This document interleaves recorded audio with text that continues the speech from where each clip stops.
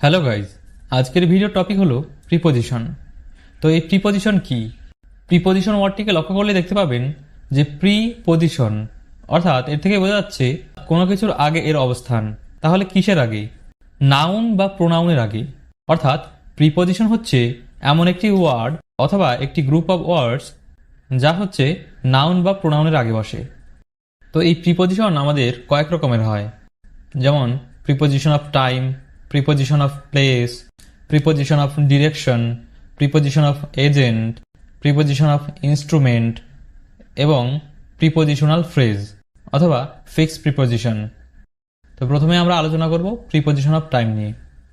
তো এর মধ্যে আছে on, in, at, since, for, ago, before, to, past, from, till অথবা until, by ইত্যাদি। তো প্রথমে আছে আমাদের অন। তো অন আমরা কোথায় ব্যবহার করব? দিন এবং তারিখের আগে অন বসে। যেমন Rahul was born on 7th September, অর্থাৎ রাহুল সেপ্টেম্বর মাসের 7 তারিখে জন্মেছিল বা সেপ্টেম্বর মাসের 7ম দিনে জন্মেছিল।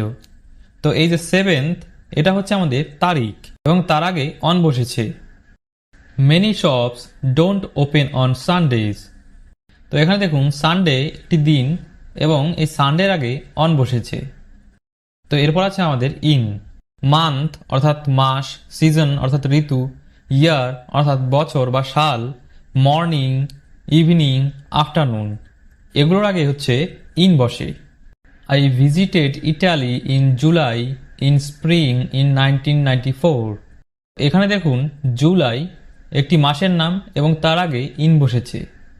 তারপরে স্প্রিং, এটা হচ্ছে আমাদের ঋতু, এটি ঋতুর নাম। স্প্রিং মানে বসন্তকাল। তো বসন্তকাল একটি ঋতু এবং তার আগে হচ্ছে ইন বসেছে। তো এখানে দেখুন 1994, এটি হচ্ছে আমাদের সাল বা ইয়ার, তো এর আগে ইন বসেছে। তো এরপর আছে আমাদের অ্যাট। তো অ্যাট কোথায় কোথায় বসে? নাইট অর্থাৎ রাত্রি, ডন অর্থাৎ ভোরবেলা, ডাস্ক অর্থাৎ গোধূলিবেলা। তো এদের আগে হচ্ছে অ্যাট বসে। এছাড়াও কোনো নির্দিষ্ট সময় অর্থাৎ এক্স্যাক্ট টাইম বোঝাতে অ্যাট বসে। যেমন we come to attend the class at 8 AM in the morning. এখানে আমাদের এক্স্যাক্ট টাইম বোঝাচ্ছে যে আমরা কখন ক্লাস অ্যাটেন্ড করতে আসি, 8টার সময়, মানে সকাল 8টার সময়। তো আমাদের এখানে এক্স্যাক্ট টাইম বোঝানো হচ্ছে, তাই এখানে আমাদের অ্যাট বসেছে। এবং আমরা জানি মর্নিংয়ের আগে ইন বসে, তো এখানে ইন বসেছে। It gets cold at night. তো রাতের আগে আমাদের হচ্ছে কি বসে? অ্যাট বসে। তো এখানে নাইট মানে রাত্রি, তো নাইটের আগে অ্যাট বসেছে। তো এরপরে আছে আমাদের সিন্স। কোনো নির্দিষ্ট সময় থেকে বোঝাতে সিন্সের ব্যবহার হয়। যেমন I have been working since morning, মানে সকাল থেকে আমি কাজ করছি, মানে আমি কাজটা শুরু করেছিলাম সকালে এবং এখনও কাজ করছি। তো দেখুন এখানে কোনো নির্দিষ্ট একটা সময় থেকে আমি কাজ করছি, তাই এখানে মর্নিংয়ের আগে সিন্স বসেছে, মানে আমি সকাল থেকে কাজ করছি। I have been working since morning. তো এরপর আছে ফর। তো ফর হচ্ছে আমাদের সময়ের সমষ্টি বোঝাতে বা ডিউরেশন অফ টাইম বোঝাতে ফরের ব্যবহার হয়। যেমন I have been working for 6 hours, মানে আমি 6 ঘন্টা ধরে কাজ করছি। তো দেখুন এর আগে সিন্সের ক্ষেত্রে কোনো একটা নির্দিষ্ট সময় থেকে বলা হচ্ছিল, কিন্তু এখানে ফরের ক্ষেত্রে কোনো নির্দিষ্ট সময় থেকে বলা হচ্ছে না, বরং সময়ের অ্যামাউন্টটা বোঝানো হচ্ছে যে কতটা সময় ধরে বা কতটা সময়ের জন্য। তো কতটা সময় ধরে? 6 ঘন্টা ধরে, মানে আমি 6 ঘন্টা ধরে কাজ করছি। I have been working for 6 hours. I am going to bed for an hour, মানে আমি 1 ঘন্টার জন্য ঘুমোতে যাচ্ছি বা শুতে যাচ্ছি। তো এখানে সময়ের হচ্ছে আমাদের সমষ্টি বোঝানো হচ্ছে বা সময়ের আমাদের অ্যামাউন্টটা বা ডিউরেশনটা বোঝানো হচ্ছে, মানে কত সময়ের জন্য আমি শুতে যাচ্ছি বা ঘুমাতে যাচ্ছি। তো এখানে কত সময়ের জন্য? 1 ঘন্টার জন্য, তাই এখানে আমাদের ফর বসেছে। I am going to bed for an hour. তো এরপর আছে আমাদের টু। তো টু আমাদের সময় বোঝানোর জন্য কখন ব্যবহার করব? ঘড়ির সময় বলার জন্য আমরা এরকম বলে থাকি যে 6টা বাজার 20 মিনিট বাকি আছে, বা 6টা বাজতে 20 মিনিট। এরকম বলতে আমরা টু এর ব্যবহার করতে পারি। 6টা বাজার 20 মিনিট বাকি আছে, বা 6টা বাজতে এখনও 20 মিনিট। ইটস 20 to 6, মানে 6টা বাজতে এখনও 20 মিনিট বাকি। It's 20 to 6। তো এরপরে আছে পাস্ট। বন্ধুরা, আমরা এরকম বলে থাকি যে এখন 10টা বেজে 5 মিনিট, বা 5টা বেজে 10 মিনিট, বা 2টো বেজে 5 মিনিট, এরকম আমরা বলে থাকি। মানে 2টো বেজে 5 মিনিট সময় অতিক্রম হয়ে গেছে। ঠিক আছে, এই যে আমাদের 5 মিনিট বা 10 মিনিট অতিক্রম হলো, তো এটাকে বোঝানোর জন্য আমরা পাস্টের ব্যবহার করি। যেমন 10টা বেজে 5 মিনিট, 5 past 10। ঠিক আছে, তো এরপরে আছে আমাদের ফ্রম। কোনো একটা সময় থেকে কোনো একটা সময় পর্যন্ত বোঝাতে ফ্রম বসে। The museum is open from 9:30 to 6। 9টা 30 থেকে 6টা পর্যন্ত হচ্ছে মিউজিয়ামটা খোলা থাকে। তো এই যে কোনো একটা সময় থেকে কোনো একটা সময়, এটা বোঝাতে আমাদের তার আগে ফ্রম বসেছে। তো এরপর আছে আমাদের টিল অথবা আনটিল। কোনো একটা সময় পর্যন্ত বোঝাতে টিল অথবা আনটিলের আমরা ব্যবহার করে থাকি। যেমন উই ওয়েটেড টিল অথবা আনটিল 6:30 ফর ইউ, মানে 6:30 পর্যন্ত আমরা তোমার জন্য অপেক্ষা করেছিলাম। তো এখানে কোনো একটা নির্দিষ্ট সময় পর্যন্ত বোঝানো হচ্ছে, বা কোনো একটা নির্দিষ্ট সময় অবধি বোঝানো হচ্ছে। তো এর জন্য আমাদের এখানে টিল অথবা আনটিল আমরা যে কোনো একটাকে ব্যবহার করতে পারি। তো এরপর আছে আমাদের বাই। কোনো একটা নির্দিষ্ট সময়ের মধ্যে বোঝাতে, মানে এক্স্যাক্ট টাইম বোঝাতে আমাদের বাই বোঝানো হয়। আমরা এর আগে দেখেছি এক্স্যাক্ট টাইমের জন্য অ্যাড বসে, কিন্তু এখানে বাইয়ের ক্ষেত্রে এক্স্যাক্ট টাইম ঠিকই, কিন্তু এখানে ডেডলাইন দেওয়া হচ্ছে যে এতটার মধ্যে, মানে এই এক্স্যাক্ট টাইমের মধ্যে। She had promise to be back by 5 o'clock, মানে সে 5টার মধ্যে ফিরে আসার কথা দিয়েছিল বা প্রমিস করেছিল। মানে এখানে এক্স্যাক্টলি টাইমটা আমাদের বলে দেওয়া হচ্ছে যে 5টা, তো 5টার মধ্যে সে ফিরে আসবে। ঠিক আছে, তার আগেও না এবং তার পরেও না। ঠিক আছে, মানে 5টার মধ্যেই সে ফিরে আসবে।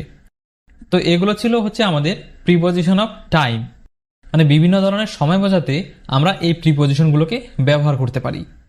তো এরপর আমরা আলোচনা করব প্রিপজিশন অফ প্লেস।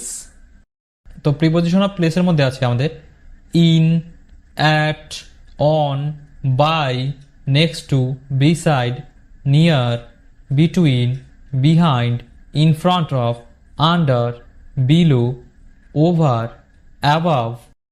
এগুলো হচ্ছে আমাদের প্রিপজিশন অফ প্লেস। তো প্রথমে আছে আমাদের ইন। তো এর আগে আমরা দেখলাম যে প্রিপজিশন অফ টাইমের ক্ষেত্রে ইন বসেছিল। তো ইন প্রিপজিশন অফ প্লেসের মধ্যেও পড়ে। কোনো কিছুর অবস্থান কোনো কিছুর ভেতরে বোঝাতে ইন ব্যবহার হয়। আই লিভ ইন কলকাতা, মানে আমি কলকাতাতে বাস করি, মানে কলকাতার মধ্যে আমি বাস করি। Look at the picture in the book, মানে বইয়ের মধ্যে যে পিকচারটা আছে বা ছবিটা আছে সেটার দিকে তাকাও। তো এখানে বইয়ের মধ্যে, তো এর জন্য আমাদের এখানে ইন বসেছে। তো এরপর আছে আমাদের অ্যাট। কোনো একটি এক্স্যাক্ট পজিশন বা পার্টিকুলার প্লেস অর্থাৎ নির্দিষ্ট জায়গা বোঝাতে অ্যাটের ব্যবহার হয়। I met her at the bus stop, আমি তার সাথে বাস স্টপে দেখা করেছিলাম, মানে আমি একটি নির্দিষ্ট জায়গায় হচ্ছে তার সাথে দেখা করেছিলাম। তো সেই নির্দিষ্ট জায়গাটা হলো বাস স্টপ, তাই বাস স্টপের আগে হচ্ছে আমাদের অ্যাড বসেছে। ঠিক আছে, এরপরে কোনো ইভেন্টসের আগেও অ্যাড বসে, যেমন at a concert, at a party. এছাড়াও কোনো বড় জায়গার তুলনায় ছোট জায়গা বোঝাতে তার আগে অ্যাড বসে, এবং তুলনামূলকভাবে বড় জায়গা বোঝাতে ইন বসে। যেমন he lives at Kolkata in West Bengal. তো দেখুন এখানে বলা হচ্ছে সে ওয়েস্ট বেঙ্গলের কলকাতায় বাস করে, তার মানে কলকাতা ওয়েস্ট বেঙ্গলের তুলনায় ছোট, তাই কলকাতার আগে অ্যাড বসেছে এবং ওয়েস্ট বেঙ্গলের আগে ইন বসেছে। কিন্তু আপনি এভাবে বলতে পারেন he lives in Kolkata West Bengal. তো কলকাতার পরে আপনাকে কমা দিতে হবে, তাহলে আপনি কলকাতার আগে ইন বসাতে পারেন। তো এরপর আছে আমাদের অন। তো কোনো কিছুর সাথে কোনো কিছু অ্যাটাচ বোঝালে বা কোনো কিছুর উপরে কোনো কিছুর অবস্থান বোঝাতে অনের ব্যবহার হয়। কিন্তু কোনো কিছুর উপরে কোনো কিছু যখন থাকবে তখন সেটাকে টাচ করে থাকতে হবে, তাহলে হচ্ছে সেখানে আমরা অন বসাতে পারবো। Look at the picture on the wall. তো পিকচার অন দ্য ওয়াল, তো ছবিটা হচ্ছে আমাদের ওয়ালের সাথে অ্যাটাচড, তাই ওয়ালের আগে এখানে অন বসেছে। The book is on the table, মানে বইটা হচ্ছে আমাদের টেবিলের উপরে আছে। তো বইটা টেবিলের উপরে আছে, দেখুন বইটা টেবিলের উপরে আছে মানে বইটা টেবিলকে টাচ করে আছে, তো এক্ষেত্রে আমরা অন বসাতে পারি। The book is on the table. তো এরপরে কোনো কিছুর অবস্থান বাঁ দিকে বা ডান দিকে এরকম বোঝাতেও আমরা অনের ব্যবহার করে থাকি। যেমন the shop is on the left, মানে দোকানটা হচ্ছে বাঁ দিকে আছে। The shop is on the left. বা আমরা ডান দিকেও বলতে পারি, তো সেক্ষেত্রেও আমরা অন বসাবো। তো এরপরে আছে আমাদের by, next to, beside, near. তো কোনো কিছুর অবস্থান কোনো কিছুর কাছাকাছি বোঝাতে আমরা এই প্রিপজিশনগুলোকে ব্যবহার করতে পারি। যেমন the girl who is by অথবা নেক্সট টু অথবা বিসাইড দ্য হাউস। তো এখানে আমরা কাছাকাছি বোঝাতে বাইরেও ব্যবহার করতে পারি, নেক্সট টু এর ব্যবহার করতে পারি, বিসাইডেরও ব্যবহার করতে পারি, বা নিয়ারেরও ব্যবহার করতে পারি। তো এরপর আছে আমাদের বিটুইন। দুটির মাঝে বোঝাতে বিটুইনের ব্যবহার হয়, মানে দুটি জায়গা হতে পারে বা দুজন মানুষ হতে পারে বা দুটি জিনিসও হতে পারে।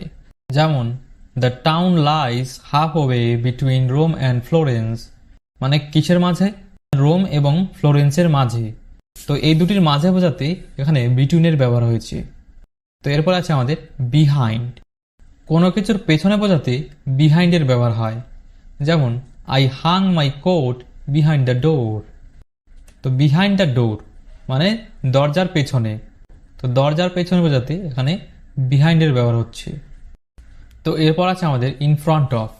কারোর সামনে বোঝাতে ইন ফ্রন্ট অফের ব্যবহার হয়। যেমন she started talking to the man in front of her, তার সামনে সে লোকটির সাথে কথা বলছিল। ঠিক আছে, এরপরে আছে আমাদের আন্ডার। কোনো কিছুর নিচে বোঝাতে বা কোনো কিছুর দ্বারা আবৃত অর্থাৎ কোনো কিছুর দ্বারা কভার বোঝাতে আন্ডারের ব্যবহার হয়। যেমন the cat is under the chair, মানে বিড়ালটি চেয়ারের নিচে। তো এরপরে বিলো। তো বিলো কোনো কিছুর নিচে বোঝাতে ব্যবহার হয়ে থাকে। যেমন the plane is just below the cloud. তো এরপর আছে আমাদের ওভার। তো ওভার কোনো কিছুর ওপরে বোঝাতে, মানে কোনো কিছুর তুলনায় কোনো কিছুর ওপরে বোঝাতে ওভারের ব্যবহার হয়। কোনো কিছুর ওপরে বোঝাতে আমরা অনেরও ব্যবহার করেছিলাম, কিন্তু অনের ক্ষেত্রে মানে জিনিসটা টাচ করে থাকতে হবে, কিন্তু ওভারের ক্ষেত্রে সেটা টাচ করে থাকবে না। যেমন the fan is over my head, মানে ফ্যানটা হচ্ছে আমার মাথার উপরে আছে, কিন্তু ফ্যানটা আমার মাথার সাথে টাচ করে নেই। তো যখন কোনো কিছুর উপরে কোনো কিছু থাকবে কিন্তু সেটা হচ্ছে টাচ করে থাকবে না, তখন আমরা ওভারের ব্যবহার করব। তো এরপর আছে আমাদের অ্যাবাভ। তো কোনো কিছুর উপরে বোঝাতে অ্যাভাবেরও ব্যবহার হয়, কিন্তু এখানে অ্যাবাভ ডিরেক্টলি কোনো কিছুর উপরে কোনো কিছু বোঝাবে না। যেমন the path above the lake, মানে লেকের উপরে যে রাস্তা, কিন্তু লেকের ওপরে মানে লেকের যে জলটা তার উপরেই যে রাস্তাটা আছে এমনটা নয়, মানে লেকের সাইড দিয়ে হচ্ছে রাস্তাটা থাকবে, কিন্তু লেকের তুলনায় সেটা হচ্ছে কি রাস্তাটা অনেক ওপরে। ঠিক আছে, তাই এক্ষেত্রে আমরা হচ্ছে অ্যাবভের ব্যবহার করব। তো এরপর আছে আমাদের preposition of agent and instrument. তো এখানে আছে আমাদের বাই এবং উইথ। তো বাই কোথায় বসে এবং উইথ কোথায় বসে? তো কোনো ব্যক্তি দ্বারা কোনো কিছু করা বোঝাতে বাই এর ব্যবহার হয়। যেমন Harry Potter was written by J.K. Rowling, অর্থাৎ মানে হ্যারি পটার হচ্ছে কার দ্বারা লেখা হয়েছে? J.K. রাউলিং দ্বারা, মানে কাজটা J.K. রাউলিং দ্বারা করা হয়েছে। The sweater was knitted for me by my grandmother, মানে এই সোয়েটারটা হচ্ছে আমার জন্য বোনা হয়েছিল এবং কার দ্বারা বোনা হয়েছিল? By my grandmother. তো এবারে উইথ।